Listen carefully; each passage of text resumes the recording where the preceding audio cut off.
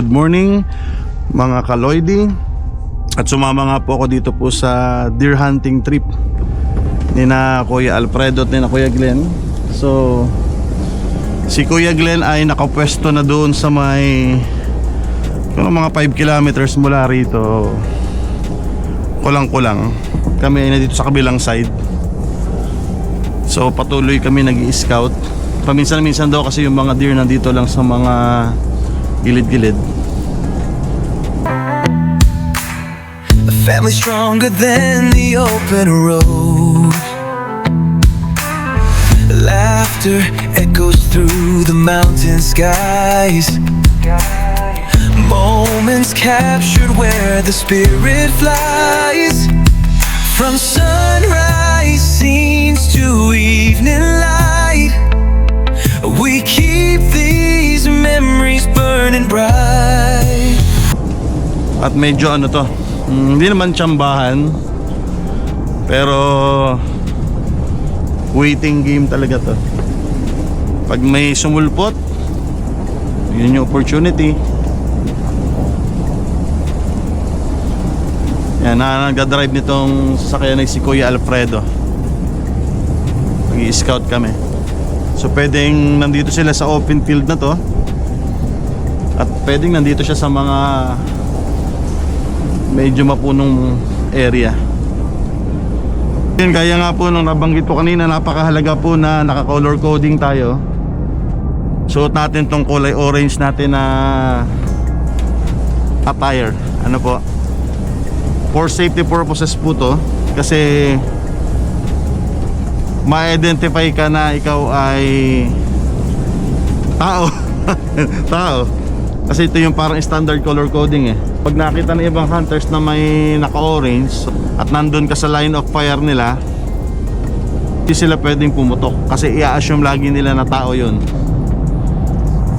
Kaya napakahalaga po na naka-proper attire po tayo. So wala pa din. Medyo yung snow dito hindi natunaw sa area na to. Doon sa Lloydminster medyo natunaw yung mga yellow eh. Pero nung may experience ako na na pumunta kami ng Paradise Hill, talagang nasa nasa tabing kalsada lang yung mga deer. Ilang beses na yun, mga 3 times na nagpupunta ako ng area na yun, nakakita tayo ng deer sa tabing kalsada. Hindi ko kabisado yung tatanong ko kay Kuya Alfredo mamaya. May rin meron din niyang oras eh. Yung psychology rin ng mga deer kung anong oras sila yung mga eating eating habits nila, kung anong time of the day. Sabi narinig ko kanina, nagkukwentuhan kami kanina dun sa loob ng sakyan. Pag nag 10 o'clock na daw at wala pa, sa hapon na daw uli ang labas ng mga yun. So wag naman sanang umabot ng hapon, hopefully. Hopefully ay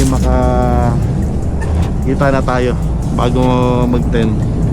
Ang problema kasi dyan sa deer na yan, kung kailan di mo siya hinahanap, dun siya nagpapakita eh. Yeah, tama. Tapos yung pag hinahanap mo, dun siya wala.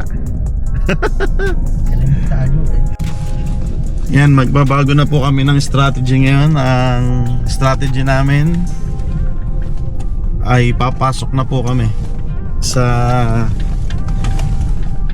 forested area po na to.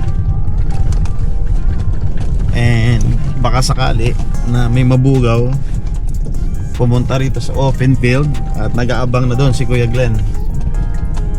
Pero pagka nakita, Kuya Alfredo, teka na parang ay, kala ko deer, pambira. Ano? Parang kala ko deer eh. Alam nyo dito eh, parang mukhang deer na lahat eh. Naka-camouflage yung sungay nila. Ayan. Sige, papasukin po namin yung trail.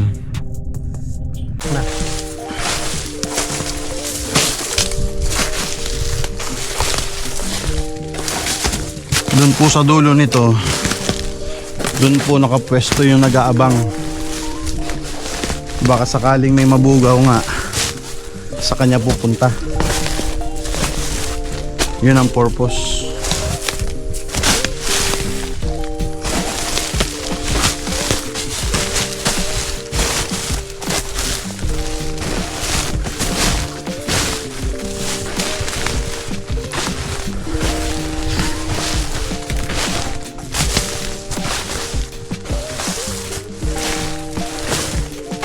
Oh, dito meron. May truck na. Ayan, ihina naman, no? Ay, ayan. Ano lang ang kulang. Ito na naman po yung ihi. Ayan, oh. Merong sign. Ayan, meron ako nakikita mga truck na ang paa. Ayan po, truck yan. So gumanon. Tumawid sa kabila. Meron din dito.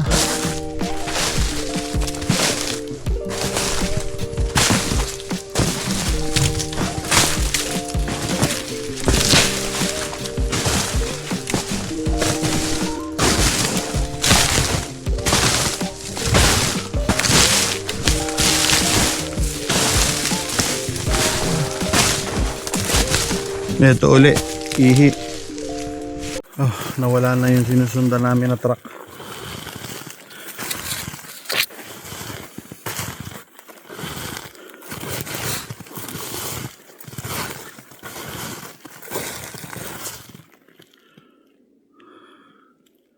Saan kaya nagpunta?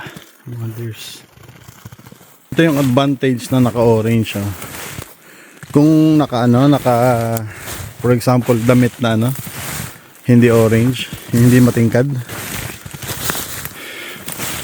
madaling ma-disorient eh. Kaya ito, kita mo na kagad yung kasama mo nandun sa unahan, lalo kung merong may mga yellow pa, mas madaling makita yung kasama mo. Yan, hello mga kaloidi. Kakasunod ko sa deer track, napunta ako dito sa clearing na to. Ayan, oh. Inabutan na kami ng baka mga 8 o'clock na ngayon. So wala pa rin. Wala kahit isa kami nakikita sightings. Pero may mga deer track eh.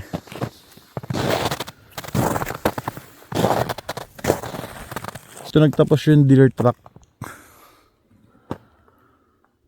Ang tingin ko dito nagpunta sa area na to.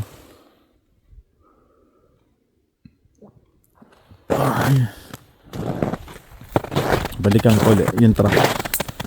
Naligaw na ako kung saan yung truck nagpunta eh. Ito pa oh. Ayan oh. Kitang kita oh. Yan. Galing sa Usayan. Ito po yung clearing sa likod ko. Andun sila sa may kabilang ibayo. So puntahan ko sila. Sayang.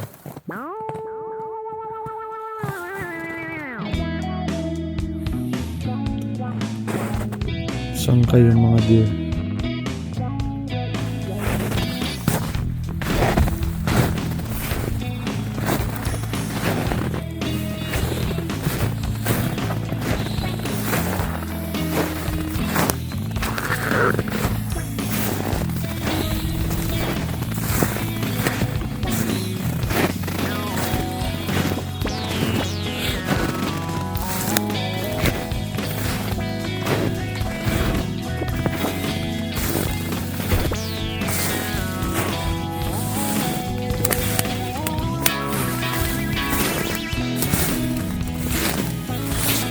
Ito.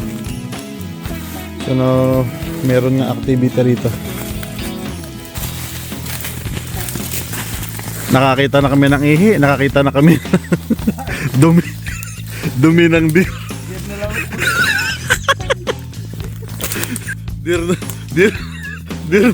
Deer na lang ako. Nakita na namin po yung ihi. Nakita na namin yung dumi. Deer na lang ang wala.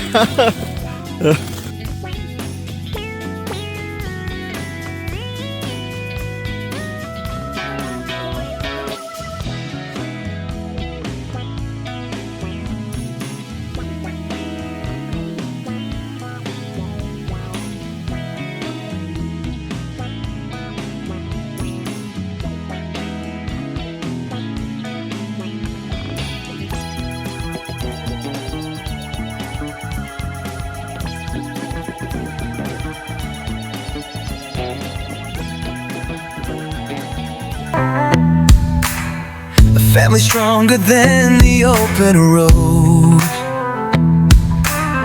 Laughter echoes through the mountain skies. Moments captured where the spirit flies. From sunrise scenes to evening